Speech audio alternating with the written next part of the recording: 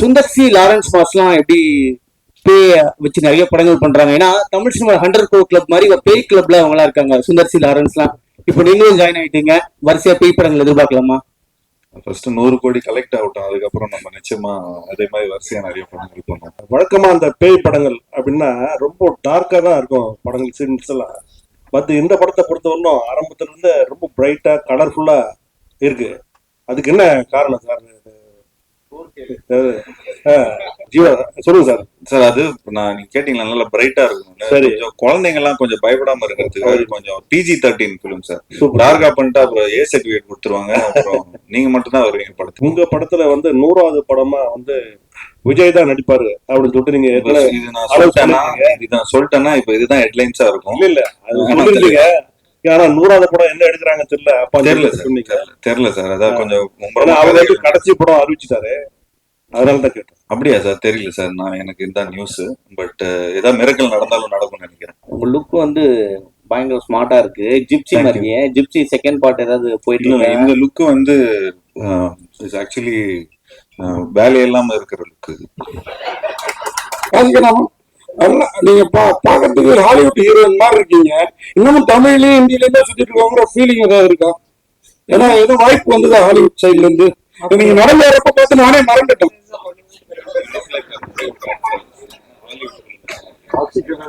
வரலையே சார், நான் வெயிட் பண்றேன். பண்ணணும். இல்ல வேலை வெட்டியே இல்லன்றீங்க, லுக்கு சூப்பரா வருதுன்னு சொன்னீங்க. கதை சொல்றதுக்கு யாரும் வரது இல்லையா உங்ககிட்ட? ஆமா, கதை சொல்றதுக்கு வருது. அப்படிலாம் இல்லைங்க. ஏன் கதை சொல்றதுக்கு வருது இல்லை? ஏன் சொல்ல மாட்டாங்க? இவ்வளவு டைரக்டர்ஸ் இன்ட்ரடியூஸ் பண்ணிருக்கிறோம். எனக்கு தெரிஞ்சு எந்த ஆக்டரும் இவ்வளவு புது டைரக்டர்ஸோட ஒர்க் பண்ணதுல ஐ திங்க் அந்த பெருமை எனக்கு தான் போய் சேரும். நம்ம ஹீரோ ஒரு விஷயம் கேட்டாங்கன்னா கண்டிப்பா டேரக்டர் ஒரு ஹெல்ப் பண்ணுவாங்க. ஏதாவது ஒரு விஷயம் கதையாவது போடுவாங்க. ஆனா அவர் சொல்லி வருத்தப்பட்டாரு, எனக்கு ஒரு பாட்டு கேட்டு கொடுக்கவே இல்லை, கடைசி வரைக்கும் என்ன ஒதுக்கி வச்சுட்டாங்கன்ட்டு. அது அப்படியே சொன்னாரு அவங்க கிட்ட. இல்ல சொன்னாரு சொல்லிட்டு சார்கிட்டே சொன்னாரு, இந்த மாதிரி நம்ம ஒரு ப்ரொமோஷன் சாங் பண்ணலாம் சார் அப்படின்னு. இந்த படத்திலேயே 6 பாட்டு வைக்க வேண்டியதாயிடுச்சு. ஏன்னா காட்சிகள் நகர்த்துறதுக்கு சில நேரங்கள் பாட்டு இப்ப சொன்ன மாதிரி அந்த மூலிகை சாங்ல நிறைய காட்சிகள் நகரும். சோ ஒரு பாட்டுக்குள்ளே காட்சி நகர்றதால தனிப்பட்ட பாட்டு வைக்க முடியல, ஒரு டூயட் சாங் அப்படின்னு போக முடியல. அதனாலதான் அவர் ரொம்ப மேல ரொம்ப பிரியமா இருக்கும் அப்படி ஜீவா சார். பாவிஜி சார், உங்களோட பாடல்கள் எல்லாமே அழகா இருக்கும். ஸோ இந்த படத்துல நீங்க இயக்குற படத்துக்கு பாட்டு வரிகள் பார்த்து எழுதிருக்கீங்க. அண்ட் ஞாபகங்கள் படத்துல நடிச்சீங்க. அதன் பிறகு ஸ்ட்ராபெரி இந்த படத்துல நடிச்சிருக்கீங்களா? இதை கேமியோ உண்டா? சும்மா ஒரு சின்ன ரோல் நடிச்சிருக்கேன். ஓகே, அது ஒரு சர்ப்ரைஸா இருக்கட்டும். சூப்பர். ஜீவா, உங்களுக்கு சுந்தர் சி லாரன்ஸ் மாஸ்லாம் எப்படி பேய் வச்சு நிறைய படங்கள் பண்றாங்க. ஏன்னா தமிழ் சினிமா 100 crore கிளப் மாதிரி பேய் கிளப்ல அவங்களா இருக்காங்க சுந்தர் சி லாரன்ஸ்லாம். இப்போ நீங்களும் ஜாயின் ஆயிட்டீங்க, வரிசையா பேய் படங்கள் எதிர்பார்க்கலாமா? ஃபர்ஸ்ட் 100 கோடி கலெக்ட் ஆகட்டும், அதுக்கப்புறம் நம்ம நிச்சயமா அதே மாதிரி வரிசையா நிறைய படங்கள் பண்ணுவோம். தேங்க்யூ. ஏன்னா அங்க யாரும் நடக்காது.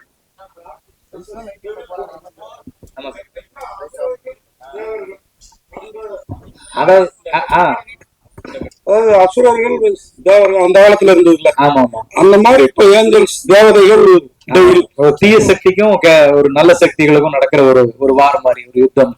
அதுதான் அடி ஒரு தீமா இருக்கும். ஸோ அதை ஒரு ஆங்கில வார்த்தையை அதை யூஸ் பண்ணுவோம். ஏன்னா மற்ற மொழிகளுக்கும் போய் சேரணும் அப்படிங்கிறது. அகத்தியா அப்படின்றது ஓலைச்சோடு எல்லாம் வேற இருக்குது. ஜீவாவே நல்ல ஹைட்டு, அதோட ராசிகர்லாம் பயங்கர ஹைட்டா இருக்காங்க. அகத்தியர் வேற அர்ஜுனா. நீங்க கரெக்டா கண்டுபிடிக்கிறீங்க. பட் இருந்தாலும் படத்துல அகத்தியா ஜீவா தான்.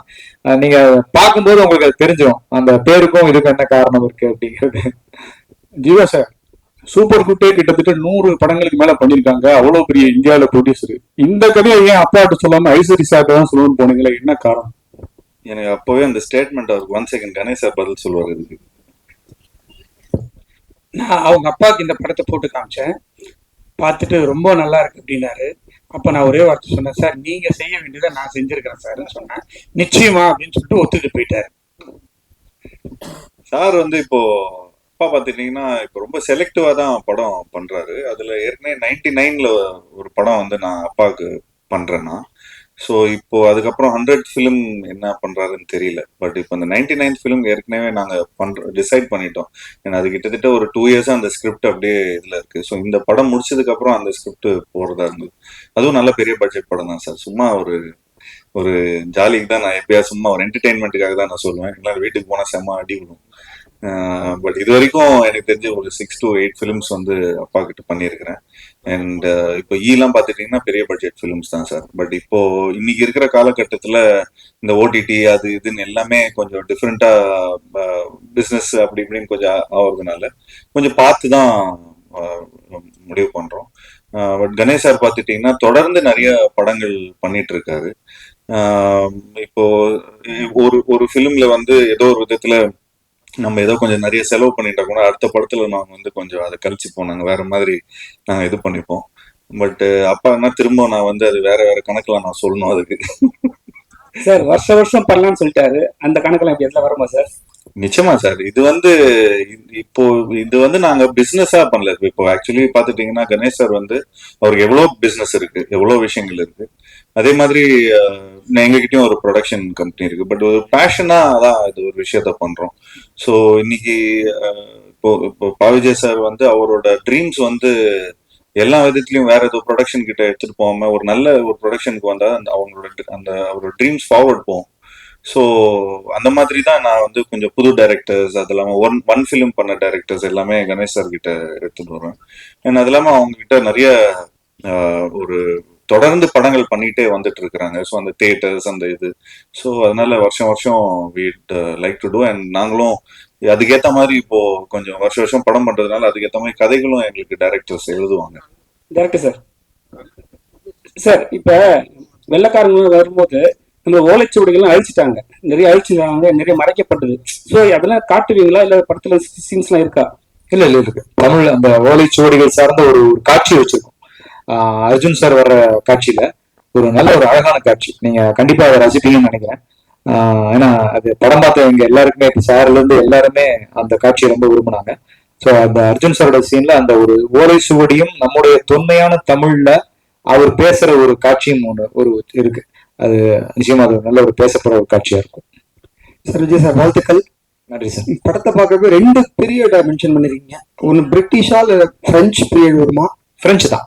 அர்ஜுனுக்கும் ஜீவாக்கும் கனெக்ஷன் ஏதாவது இருக்குமா? இருக்கு. கதையில கனெக்ஷன் இருக்கு, 2 பேருக்கும் ஒரு தொடர்பு இருக்கும். அது என்னங்கிறத நம்ம ஸ்கிரீன் பிளேவா சொல்லுவோம். என்னவா வர்றாரு சார் கேரக்டர்? ஜீவா சார் வந்து அகத்தியாவா வர்றாரு. அகத்தியானா அதாவது கேரக்டரா சொல்லு. படத்துல வந்து அவர் வந்து ஒரு ஆர்ட் டைரக்ஷன் பண்ற ஒரு ஆர்ட் டைரக்டராக அறிமுகமாகிறாரு. சோ அதுல இருந்து அவர் ஆரம்பிக்கிற தொழில இருந்து அவருக்கு ஒரு சின்ன ஒரு ஸ்பார்க் கிடைக்குது. நம்ம பண்ணிட்டு இருக்கிறது சரியா இல்லையா, அப்ப அவர் ஒரு கேட் ஓபன் ஆகுது. அதுல இருந்து கதை அப்படி ஆரம்ப புள்ளி அதுதான். அவங்க வந்து அவங்க கூடவே படிச்ச ஒரு லவ்வர், அந்த மாதிரி ஒரு ஆர்கிடெக்டா இருக்காங்க ராஷிகண்ணா. டாக்டர் சார், இப்ப நம்ம ஹீரோ வந்து ஒரு விஷயம் கேட்டாங்கன்னா கண்டிப்பா டேரக்டர் வந்து ஒரு ஹெல்ப் பண்ணுவாங்க. ஏதாவது ஒரு விஷயம் வந்து கதையாவது போடுவாங்க. ஆனா அவர் சொல்லியிருக்க வருத்தப்பட்டாரு, எங்க ஒரு பாட்டு கேட்டு கொடுக்க வேலை கடைசி வரைக்கும் என்ன வந்து ஒதுக்கி வச்சுட்டாங்கன்ட்டு. அது அப்பவே சொன்னாரு அவங்க கிட்ட. இல்ல சொன்னாரு சொல்லிட்டு சார்கிட்டே சொன்னாரு, இந்த மாதிரி நம்ம ஒரு ப்ரொமோஷன் சாங் பண்ணலாம் சார் அப்படின்னு. இந்த படத்திலேயே வந்து 6 பாட்டு வைக்க வேண்டியதாயிடுச்சு. ஏன்னா காட்சிகள் நகர்த்துறதுக்கு சில நேரங்கள் பாட்டு வந்து இப்ப சொன்ன மாதிரி அந்த மூலிகை சாங்ல நிறைய காட்சிகள் நகரும். சோ ஒரு பாட்டுக்குள்ளே காட்சி நகர்றதால தனிப்பட்ட பாட்டு வைக்க முடியல, ஒரு டூயட் சாங் அப்படின்னு போக முடியல. அதனாலதான் அவர் ரொம்ப பிரியமா இருக்கும் அப்படி Jeeva sir. Sir Vijay sir வாழ்த்துக்கள் சார். நன்றி சார். சார் நன்றி sir. Sir Jayachandran sir. Sir இந்த வழக்கமா அந்த பேய் படங்கள் அப்படின்னா ரொம்ப டார்க்கா தான் இருக்கும் படங்கள், சீன்ஸ் எல்லாம். பட் இந்த படத்தை பொறுத்தவரைக்கும் ஆரம்பத்துல இருந்து ரொம்ப பிரைட்டா கலர்ஃபுல்லா இருக்கு. அதுக்கு என்ன காரணம் சார்? அதுக்கு காரணம் வந்து டிஓபி பதி தான். இந்த படத்துக்காக அவர் ரொம்ப ஒர்க் பண்ணி நல்லா வரணும், எல்லாரையும் ரொம்ப அழகா காமிக்கணும். ஏற்கனவே எங்க ஹீரோயின்லாம் ரொம்ப அழகுதான், அதுக்கு மேலேயும் காமிச்சிருக்காப்ல, ரொம்ப பிரைட்டா பண்ணிருக்காப்ல. இதுக்காக ரொம்ப மெனக்கெட்டு பண்ணிருக்காப்ல. அதுக்காக கேட்கல சார். இப்போ டார்க்கா எடுக்கிறாங்கன்னாக்கா அந்த பயம் வந்து கொஞ்சம் அதிகமா இருக்கும். இல்ல அந்த மாதிரி காட்சிகள் அப்படிதான். அந்த மாதிரி காட்சிகள் அப்படி இருக்கு. அந்த மாதிரி அதாவது இப்போ அந்த ஆவி சம்பந்தப்பட்ட காட்சிகள் எல்லாம் வந்து அப்படிதான் இருக்கும்.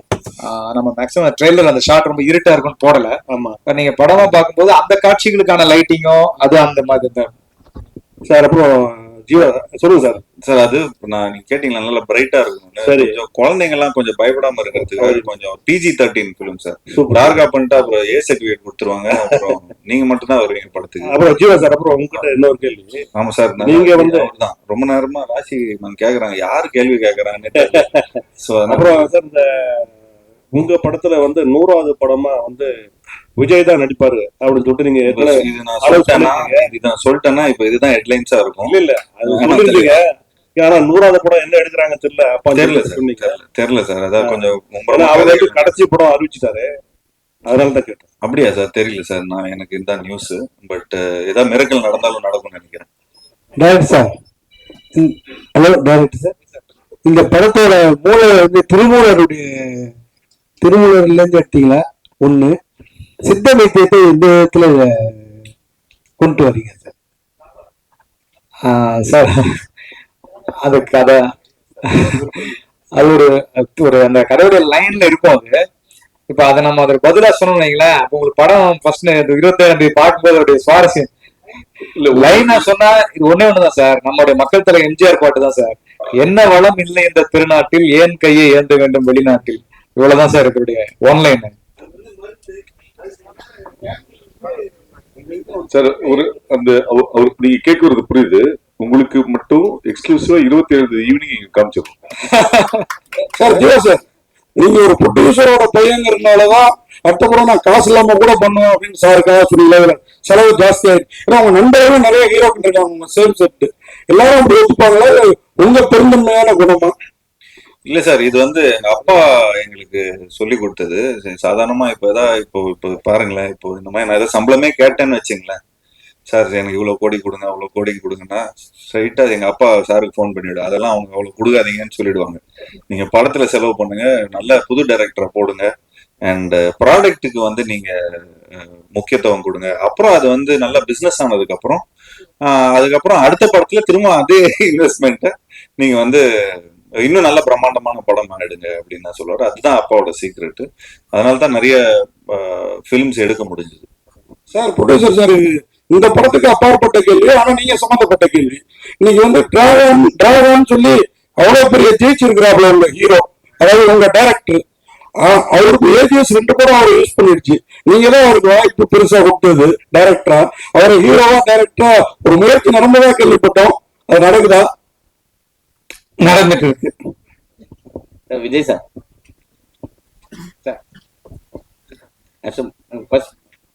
ஃபர்ஸ்ட் பாடலாசிரியரா இருந்தீங்க, அப்புறம் நடிகரானீங்க, இருந்துட்டு இருக்கீங்க. நீங்கள் நான் பேசணும்ல வந்துட்டாருல்ல, பாடலாசிரியர் இருந்துட்டு இருக்கீங்க, இயக்குனரா வந்துட்டீங்க, நடிகராவும் இருந்தீங்க. அடுத்து ப்ரொடியூசரா எப்போ வர போறீங்க? இந்த ஸ்ட்ராபெரி என்னோட படம் தான், ப்ரொடியூஸ் பண்ண படம் தான். பட் இதுக்கப்புறம் ப்ரொடியூஸ் பண்ண மாட்டேன், ஒன்லி டைரக்ஷன் படம் அந்த மாதிரி தான். சித்த மருத்துவம் இப்போ வந்து கொரோனா டைம்ல தான் எல்லாருக்கும் தெரிய ஆரம்பிச்சது. கேன்சர் கூட அதுல இருந்து மருந்துகள் இருக்குன்னு சொல்லியிருக்காங்க. இது முற்றிலும் வந்து ஆங்கிலேயர் அந்த டைம்ல தான் அந்த இது அழிக்கப்பட்டது நீங்க நினைக்கிறீங்களா? இல்ல சார், அவங்க யாரும் நம்மளை அழிக்கவே இல்லை சார். அழிக்க வந்தவங்கள்ட்ட நம்ம தான் பறி கொடுத்தோம். ஸோ அவன் வந்து அந்நியர்கள் வந்து அழிச்சாங்கிறது அது கதை கிடையாது. ஒரு என்ன சொல்றது, ஒரு காலகட்டங்கள்ல வந்து சில கண்டுபிடிப்புகள் நம்ம வந்து புறக்கணிச்சாங்க. நம்மளுடைய முன்னோர்கள் மூதாதையர்களுடைய அறிவையும் நம்ம கண்டுபிடிச்ச விஷயங்களையும் வந்து இங்க இருட்டடி செய்யப்பட்டது. அந்த மாதிரியான ஒரு சம்பவத்தை நான் படிக்கும் போதுதான், அடடா இப்படி ஒரு விஷயத்த நம்ம ஆளுங்க தான் கண்டுபிடிச்சிருக்காங்களா, இது உலகத்துக்கு தெரியாம போயிடுச்சு. ஆனா வந்து யாரோ கண்டுபிடிச்சதா எங்கெங்க பேசி பெரிய பெரிய பாராட்டுகளும் விருதுகளும் வாங்கிட்டு இருக்காங்களே அப்படின்னு ஒரு எண்ணம் ஏற்பட்ட போது அதைதான் ஒரு தீப்பொறியை எடுத்து இந்த கதை பண்ணும் சார். விஜய் சார், சார் என் இனிய பொன்னில்லாவை படத்துல இடம்பெறுமா இல்ல இங்க மட்டும் காட்டப்பட்டதா? அதுக்கு முறைப்படி அனுமதி வாங்கி யூஸ் பண்ணீங்களா? அது மொத்த டீடைல் சொல்லுங்க சார். ஏன்னா அதை பத்தி ஒரு கேஸ் இருக்கு இல்லையா? அது வந்து முறையா இளையராஜா சார் கிட்ட இருந்து வாங்கி பண்ணோம். அதுக்கு பிறகு வந்து சரிகமாக அதனுடைய அவங்க ஓனர்னு சொல்லிட்டு அவங்க கோர்ட்டுக்கு போனாங்க. கோர்ட்டுக்கு போயிட்டு கோர்ட்ல கேஸ் நடந்துட்டு இருக்கும்போது நாங்க சரிகமா கிட்ட பேசி அவங்களுக்கு தேவையான பணத்தை கொடுத்து அதை வாங்கியாச்சு. இப்போ தியேட்டர்ல என் இனிய பொன்னிலாவை நீங்க பார்க்கலாம் சார். தமிழ்ல மாத்திரம் இல்ல, இந்தியா லெவல்ல அதிக படங்களை தயாரிக்கிறது வந்து வேல்ஸா இருக்கு. ஆனா சமீப தமிழ் சினிமா வந்து போன வருஷம் 7 படம் 6 படம் தான் ஓடி இருக்காங்க. இந்த வருஷம் கம்மி, ஓடிடி விற்கல, சேட்டலைட் விற்கல, நிறைய பிரச்சனை. கேரளால வந்து ஸ்ட்ரைக் அப்படிலாம் இருக்கு. ஒரு தயாரிப்பாளரா சொல்லுங்க, தமிழ் சினிமா எப்படி இருக்கு, என்னென்ன சவால்களை ரொம்ப சந்திக்கீங்க, என்னென்ன பிரச்சனை? தமிழ் சினிமா வந்து நல்ல முறையில் கரெக்டாக பண்ணால் நல்லா வரும். அதை சிலர் வந்து தவறாக பண்ணிடுறாங்க, அதனால மாட்டிக்கிறாங்க. அதை வந்து கரெக்டாக ஒரு சினிமாவாக எடுத்து பார்த்து பண்ணாக்க நிச்சயமாக வெற்றி பெறும். நமக்கு ரொம்ப முக்கியம் வந்து கண்டென்ட் தான். கண்டென்ட் நல்லா இருந்தால் நிச்சயமாக அது வெற்றி பெறும். சார் சார் விடிவி 2 எப்போ எதிர்பார்க்கலாம்? விடிவி 2 இப்போதைக்கு இல்லை. பிடிகே பார்ட் 2 தான் இப்போதைக்கு இல்லை. ஏன்னா வேற நிறைய பார்ட் 2 இருக்கு. அதை கூடிய விரைவில் அனௌன்ஸ் பண்ணுவோம்.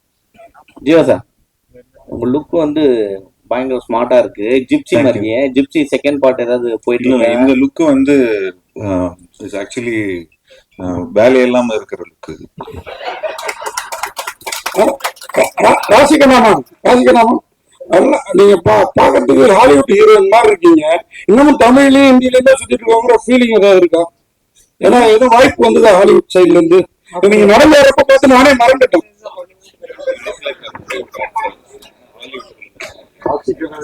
வரலையே சார், நான் வெயிட் பண்றேன். பண்ணணும். தேங்க்யூ. நன்றி.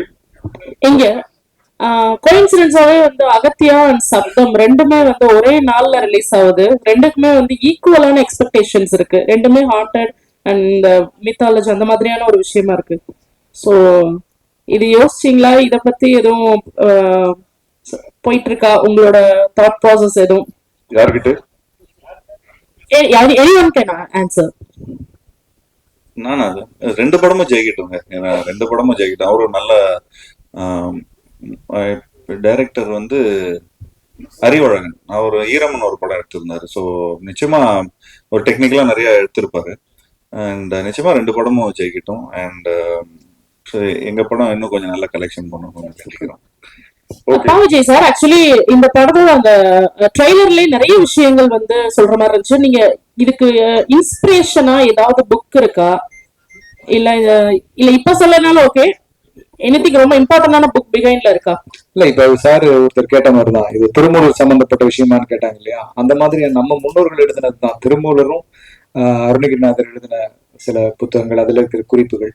ஸோ இதுதான், இதை வச்சுதான் நம்ம அதை உருவாக்குனது. தீபக் சார், அவருக்கு ஒரு கேள்வி சார். சினிமாட்டோகிராஃபி வந்து ரொம்ப ட்ரீமியா இருக்கு, நிறைய லேயர்ஸ் இருக்கிற மாதிரி இருக்கு. என்ன சவால் இருக்குது உங்களுக்கு இந்த படத்தோட சினிமாட்டோகிராஃபி? ஆக்சுவலா எனக்கு என்னன்னா சார், நம்ம நிறைய படம் பீரியட் பார்த்துருப்போம்.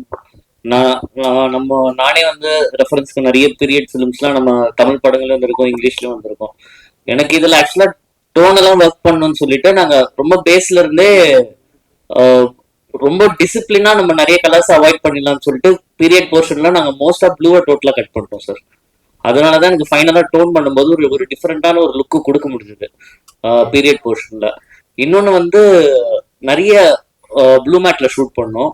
ப்ளூ மேட்னா நம்ம ஜஸ்ட் ப்ளூ மேட்ல ஷூட் பண்ணிட்டு அப்படியே நம்ம போஸ்ட்ல கொடுத்துட்டா ஒரு பேக்ரவுண்ட் வச்சிருவாங்க, அப்படி கிடையாது. நம்ம வந்து டோட்டலா அந்த பேக்ரவுண்ட்ல அந்த எண்ட் லேயர் வரைக்கும் என்ன வருதுன்ட்டு ரீட் பண்ணிட்டு இங்க ஃபோர்கிரவுண்ட் லைட் பண்ணாதான் நம்மளுக்கு வந்து நாளைக்கு அந்த அந்த ப்ளூ மேட்டை நம்ம ரீப்ளேஸ் பண்ணும்போது அந்த லைவ்னஸ் கிடைக்கும். அது கன்ஃபார்மா இந்த படத்துல நம்ம வந்து ஆடியன்ஸா ஒரு விஷுவலா ஒரு 100% ஒரு விஷுவல் ட்ரீட்டா இருக்கும். அதே மாதிரி சார் ஒருத்தர் கேட்டாரு ரொம்ப பிரைட்டா இருந்தது சொல்லிட்டு. ஹாரர் சீக்வன்ஸ் ஃபுல்லாவே ரொம்ப ஹாண்டடா தான் இருக்கும், ரொம்ப டார்க் அது மாதிரி தான் இருக்கும். நாங்க எதுவுமே அதை இப்போ நீங்க பார்த்து இதுல ரிவீல் பண்ணல. நீங்க 27 படம் பார்க்கும்போது உங்களுக்கு அந்த ஒரு ஃபீல் இருக்கும் சார் கண்டிப்பா. ஜியோ சார், இல்ல வேலை வெட்டியே இல்லைன்றீங்க, லுக்கு சூப்பரா வருதுன்னு சொன்னீங்க. கதை சொல்றதுக்கு யாரும் வரது இல்லையா உங்ககிட்ட? ஆமா, கதை சொல்றதுக்கு வருது. அப்படிலாம் இல்லைங்க. ஏன் கதை சொல்றதுக்கு வருது இல்லை, ஏன் சொல்ல மாட்டாங்க? இவ்வளவு டைரக்டர்ஸ் வந்து இன்ட்ரடியூஸ் பண்ணியிருக்கிறோம். எனக்கு தெரிஞ்சு எந்த ஆக்டரும் வந்து இவ்வளோ புது டைரக்டர்ஸோட ஒர்க் பண்ணதில்ல. ஐ திங்க் அந்த பெருமை எனக்கு தான் போய் சேரும். அண்ட் நிச்சயமா நான் இப்போ நம்ம பிளாக் படத்தோட டைரக்டரோட ஒரு படம் பண்றோம். அதுவும் கூடிய சீக்கிரம் அனௌன்ஸ்மெண்ட் வந்துடும்.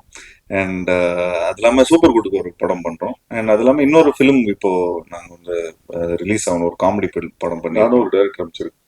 ஆமா, அவரும் சந்தோஷம் ஒரு டைரக்டர் அமைச்சிருக்காரு.